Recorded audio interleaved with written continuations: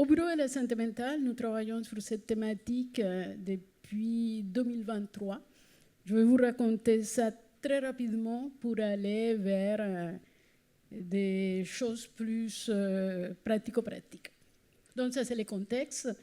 Nous avons commencé à travailler la thématique dans le contexte de l'après-Covid, avec toutes les difficultés que vous connaissez, comme la santé mentale a émergé, les difficultés pour les médecins généralistes.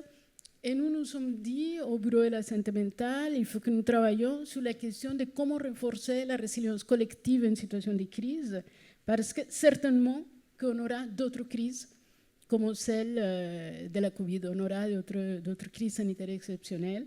Et donc nous avons commencé à investiguer en 2023 qu'est-ce qui avait été mis en place dans la crise Covid qui était utile pour renforcer la résilience collective. Donc nous avons utilisé l'avis du Haut Conseil de santé publique pour la santé mentale en lien avec la Covid. Ça, c'est un avis qui a été mis en 2021. Et nous avons commencé à identifier donc ces expériences, et c'est là que nous avons identifié la prescription sociale, qui avait agi notamment en Angleterre, donc dans le Royaume-Uni, parce qu'elle est dans les NHS, le système de santé britannique, et pendant la Covid, il avait eu un rôle très particulier. Nous avons soumis les travaux en début 2024 à la commission promotion et prévention en santé mentale de la DGS. La commission a validé de creuser cette piste, et donc nous avons commencé une phase d'analyse préliminaire, et justement avec le professeur Jolan, avec le professeur Franck et la Fédération française de psychiatrie. Nous avons commencé à explorer la prescription sociale et ce qu'on pourrait faire en France, et c'est là que l'idée de faire une revue de littérature internationale a émergé. Donc, c'est ensuite le professeur Franck, tous les trois, le docteur Brice Martin de la Fédération et le professeur Jolan qui ont travaillé ça avec Anaïs Farah, vous nous le présentez. Et cette revue de littérature nous a donné pied pour aller plus loin. Et donc, on a créé un groupe de travail national, et donc de mai à octobre 2025, pour modéliser la prescription sociale à la française. En attendant, là, vous avez le contexte international, hein, où vous voyez que dans cette question de la résilience collective, et de quoi on parle, c'est surtout de la capacité qu'ont les groupes sociaux à s'organiser pour affronter les chocs et pour pouvoir le surmonter. Et ce qui apparaît, il y a beaucoup de facteurs qui influencent la résilience collective, l'apprentissage social, etc. Mais ce qui apparaît comme central, c'est le lien social. Et donc, là, ce qu'on voit, c'est une préoccupation aussi au niveau international, parce qu'on est dans un contexte particulier, hein, ça vous n'avez pas échappé, les changements sociétals, etc. Et on voit que d'autres pays ont commencé à travailler sur ce que Murthy a appelé dans son rapport l'épidémie de la solitude, et qui en effet va produire même une diminution de l'espérance de vie, comparé aux effets du tabac ou de l'obésité. Et on arrive en 2023 à la mise en place de la commission de l'OMS sur le lien social. Donc, c'est dans ce contexte-là que la prescription sociale prend toute son importance. Donc, on a monté le groupe de travail national. On remercie tous les membres du groupe, parce qu'ils ont été très assidus. On a fait 4 réunions et on a fait aussi une consultation Delphi.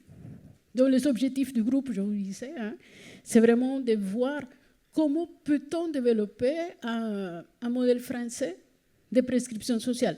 Donc, c'est d'identifier qu'est-ce qui fait vraiment sens, qu'est-ce qui est clé dans la prescription sociale, qui est transférable à la France, et quelles opportunités, quelles ressources on a en France pour le mettre en place. Donc ça, c'est la méthodologie. Bon, je vous disais, hein, ce sont des réunions. On a eu beaucoup d'échanges au niveau international. Donc là, vous avez quelques logos. Et nous avons fait aussi une consultation Delphi pour être sûr que est-ce que les groupes de travail allaient produire, hein, ce qu'on appelle un langage institutionnel, les livrables, qui était le rapport final du groupe avec les recommandations de comment mettre en place la prescription sociale en France. représentait vraiment le groupe, qui avait vraiment un consensus. Ça, c'est la définition de la prescription sociale pour l'OMS. Et donc, la définition est plutôt simple. C'est l'idée qu'un professionnel de santé va pouvoir orienter ses patients vers des services qui sont non médicaux et qui vont agir sur les déterminants sociaux. Donc, vous savez, depuis ce matin, nous parlons des déterminants sociaux. Donc, les déterminants, c'est les conditions dans lesquelles les personnes naissent, grandissent, vivent, travaillent et vieillissent. Et rappelez-vous que le poids des déterminants sociaux dans l'état de santé d'une population est d'entre 40 et 50%. Le poids des comportements individuels, c'est ce dont on parlait ce matin, quand on parle de santé mentale en food service, Ingrid Dialiso, essaye de changer le comportement individuel. Le poids, c'est de 30 à 40%. Et après, il y a le système de soins qui a un poids de 10 à 15% seulement sur l'état de santé de la population. Et après, vous savez, les facteurs génétiques, biologiques, environnementaux, etc. Donc, c'est très important de pouvoir agir sur ces déterminants sociaux. Et donc, l'idée, c'est que les professionnels de santé envoient son patient pour lequel ils pensent que le traitement doit être complété par une action sur ces déterminants-là, donc sur ces conditions de vie, que ce soit avec des activités sociales, psychologiques, conseils financiers, etc., on va en parler, pour améliorer son bien-être de manière globale. Donc, pour les groupes de travail, ce qui était très important dans cette définition, le groupe de travail était d'accord avec la définition, mais ce qu'il soulignait, c'était l'importance de l'autonomie et la participation de la personne, l'ancrage territorial et communautaire et l'intersectorialité. On va en parler, ne vous inquiétez pas, ça va prendre sens petit à petit. Ça, c'est le modèle de la prescription sociale en Ontario. Donc, et là, vous voyez de manière un peu schématique les patients qui arrivent, le médecin qui fait la prescription, et comment on va arriver à envoyer, à orienter la personne vers ces actions qui vont agir sur les déterminants. C'est parce qu'on passe par une personne ou une fonction qui actuellement n'existe pas en France, qui est vraiment le pivot de la prescription sociale, que nous avons appelé l'agent de liaison. Là, il s'appelle le navigateur de la prescription sociale. En anglais, il s'appelle Link Worker Social Prescribing. Et c'est cet agent de liaison qui va avoir les rôles clés pour que la personne, effectivement, puisse aller vers ce qu'on appelle les 4 piliers de la prescription sociale. Et il va s'occuper aussi du suivi. Donc, vous voyez les cercles, on ne le voit pas bien, mais c'est très important, c'est qu'il y a tout le temps un retour d'expérience. On revient vers les médecins, on revient vers les acteurs sociaux qui sont en train d'intervenir avec les piliers, on accompagne vraiment la personne, c'est la personne qui décide, et on l'accompagne en autonomie vers ces actions sur les déterminants. Ça, c'est les composants essentiels de la prescription sociale qui ont été retenus par les groupes. Donc, je ne vais pas me répéter, vous savez déjà les principes d'intervention, mais remarquez que les groupes cibles qui ont été définis par les groupes de travail, ce sont les personnes avec des pathologies chroniques, qui vivent diabétiques, hypertension, etc. Les personnes qui sont en situation d'isolement social, qui sont en situation de précarité, qui ont une souffrance psychique d'intensité légère à modérée, et les jeunes en difficulté. Là, vous avez les acteurs impliqués, qui seraient les acteurs impliqués en France. Nous avons des dispositifs territoriaux qui facilitent la coordination, ça c'est les DAC. Nous avons évidemment les professionnels de santé, mais nous avons des structures d'exercice médical partagé, les médecins de santé pluridisciplinaires, les centres de santé, les CPTS, etc. Nous avons un rôle important de collectivité et évidemment, nous avons tous les acteurs associatifs, toutes les structures d'activités sociales, culturelles, sportives, etc. Donc, les activités prescrites, là, accrochez-vous, je vais vous parler de 4 piliers. Donc, ces 4 piliers définis internationalement, il y a 30 pays qui déploient actuellement la prescription sociale. Donc, un pilier, ce sont toutes les activités de protection sociale, d'accès aux droits. Donc, ça, il y a les conseils financiers, les aides au logement, et les aides à l'emploi, etc. Il y a un autre pilier qui sont toutes les activités de promotion et prévention de la santé.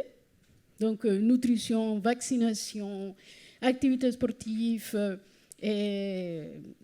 guide parental, guidage parental, etc. Ça, c'est le deuxième pilier. Un troisième pilier, c'est tout ce qui va faire activité sociale, donc la nature, et les sports, les clubs seniors, les ateliers de cuisine, les ateliers de jardinage, etc. Et le dernier pilier, c'est le bénévolat.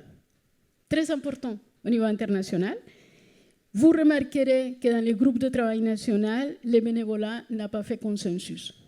Et ce qui était retenu, c'est avant tout la question de l'activité physique adaptée dans les piliers promotion de la santé, toutes les activités qui favorisent les liens sociaux, culturels, artistiques, nature, animaux, bénévoles, et le soutien, protection sociale et accès aux droits. Ça, c'est l'agent de liaison, je vous disais, c'est vraiment l'acteur pivot de la prescription sociale. Son rôle, c'est d'accompagner la personne avec un changement de paradigme. C'est-à-dire qu'on va sortir de l'idée qu'est-ce qui ne va pas pour l'idée qu'est-ce qui compte pour vous, qu'est-ce qui est important pour vous. Et c'est à partir de ce qui compte pour vous qu'on va construire avec la personne un plan bien-être.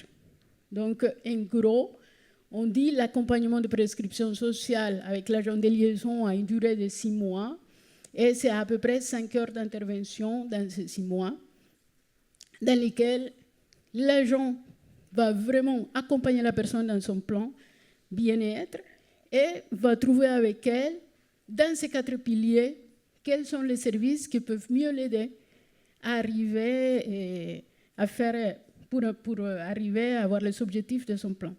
Donc ça nécessite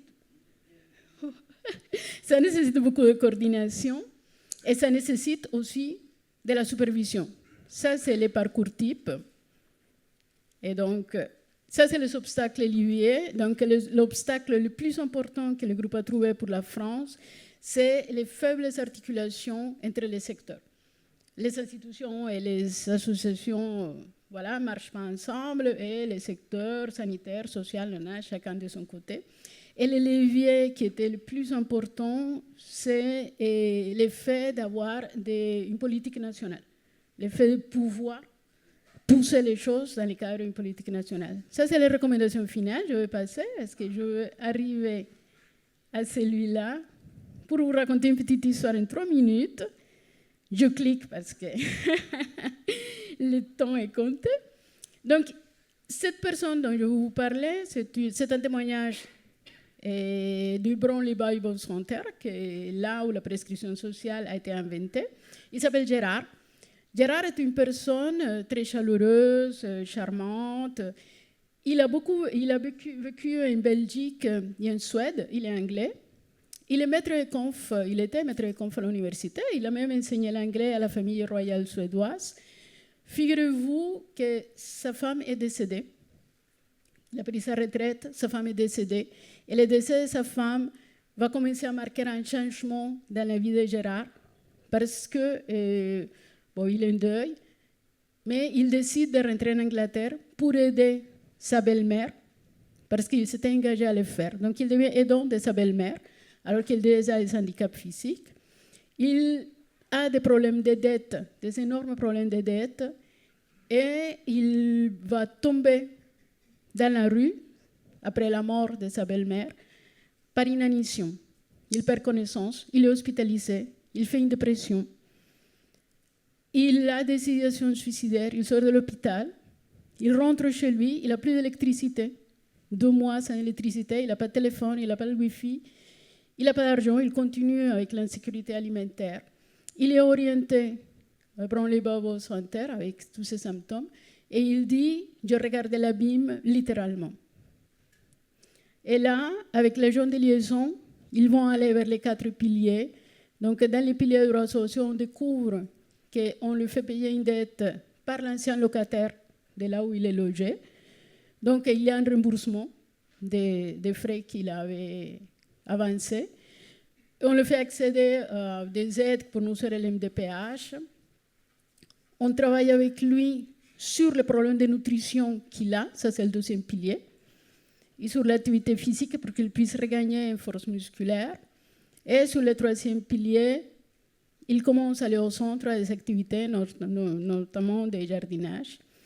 Et il commence à ce qui était important pour lui. Ce qu'il avait défini dans son plan, c'était regagner sa dignité et ne plus avoir honte de lui-même. Donc, à la fin, quand il va mieux, il est bénévole dans un atelier sociolinguistique. Donc, ça, c'est les enseignements principaux. Je vais m'arrêter là. Et je vous fais juste remarquer que la prescription sociale a un effet pas uniquement sur les personnes, mais il a un effet aussi sur le système de santé parce qu'il y a une diminution des consultations itératives et il y a un retour sur investissement qui est important. Merci.